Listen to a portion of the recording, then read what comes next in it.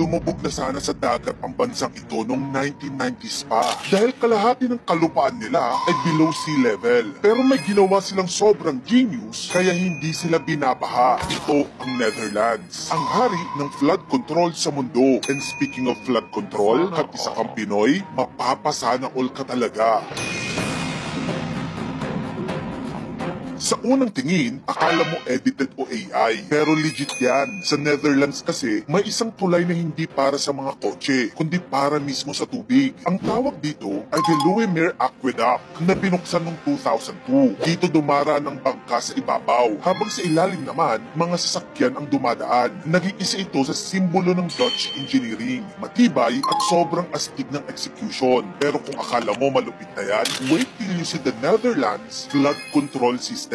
Alam mo kasi halos kalahati ng Netherlands literal mas mababa pa sa dagat. Kung walang flood control, matagal na silang lunod. Pero dahil matalino sila, ginawa nilang best friend ang tubig. Hindi lang basta takot sa baha, inaral nila kung paano i-control at i-harness ito. Pagkatapos ng deadly North Sea flood noong 1953 na pumatay ng napakaraming tao, nagising ang Netherlands. Dito pinanganak ang Delta Works, isang series of dams, dikes at storm surge barriers. Sa sobrang genius ng pagkakagawa dito, tinawag itong one of the 7 wonders of the modern world. Ang engineering nito parang galing sci-fi, pero totoong buhay. Para bang sinabi nila sa dagat, hanggang dyan ka lang ha, bawal lumampas. Ang isa sa projects ng Delta Works ay ang Asla Deck, isang seawall na 32 kilometers ang haba. Parang Quezon City hanggang Bulacan na yan. Ang Netherlands ay nag-construct ng napakahabang pader sa gitna ng dagat. At hindi lang basta pader ha, ginawa nilang highway ito sa ibabaw. Ibig sabihin, habang nagbabiyahe ka sakay ng kotse, sa ilalim mo,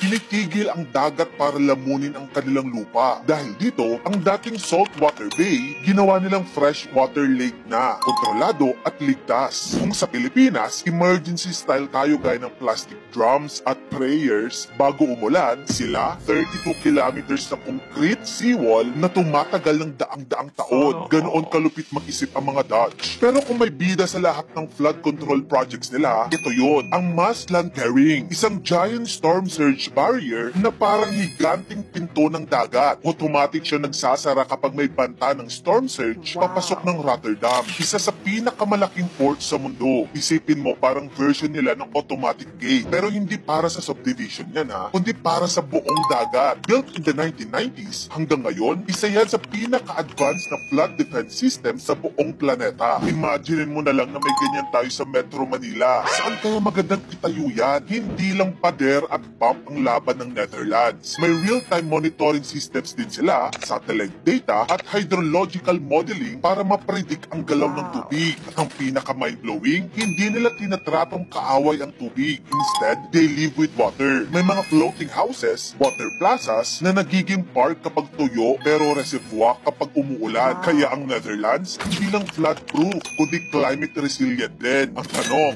magkano ang ginastos ng Netherlands dito? Ang buong Delta Works project ay umabot ng 710 billion pesos or approximately 5 billion US dollars nung natapos siya noong 1997. Pero kung i-add siya sa inflation, that's 1.2 trillion pesos already. Ang tanong, kaya ba natin gastusin yan sa Pinas? Well, ang national budget natin for 2025 ay 6.3 trillion pesos. Ang Netherlands at Pilipinas ay parehong may banta ng pagbaha. Pero dito sa atin, hindi sa modernong Delta Works, ang meron tayo ay trillion peso flood control scandal, ghost projects, overpriced dikes, substandard construction. Lahat meron. Ang pera na dapat panangga sa baha, nilamon ng buhaya. Kaya naman mga kamagkano, panahon na para magsalita. Kasi habang tahimik tayo, lalong nagiging komportable ang mga buhaya. Nasanay na sila na pinapalagpas lang natin, na parang normal lang ang nakawad. Nililito tayo ng mga issue hanggang makalimutan natin yung pinakamahalaga, pera ng tao. Dapat para sa tao. Kaya speak up, demand better. Dahil kung hindi tayo kikilos, lalangoy at lalangoy ang mga buhaya habang tayo lulubog sa baha. Kung gusto mo pa na mag-ito pang klaseng content, i-follow mo na ako. Mag-subscribe ka na rin sa aking bagong YouTube channel. Yun lang, maraming salamat sa panonood mga kamagkano.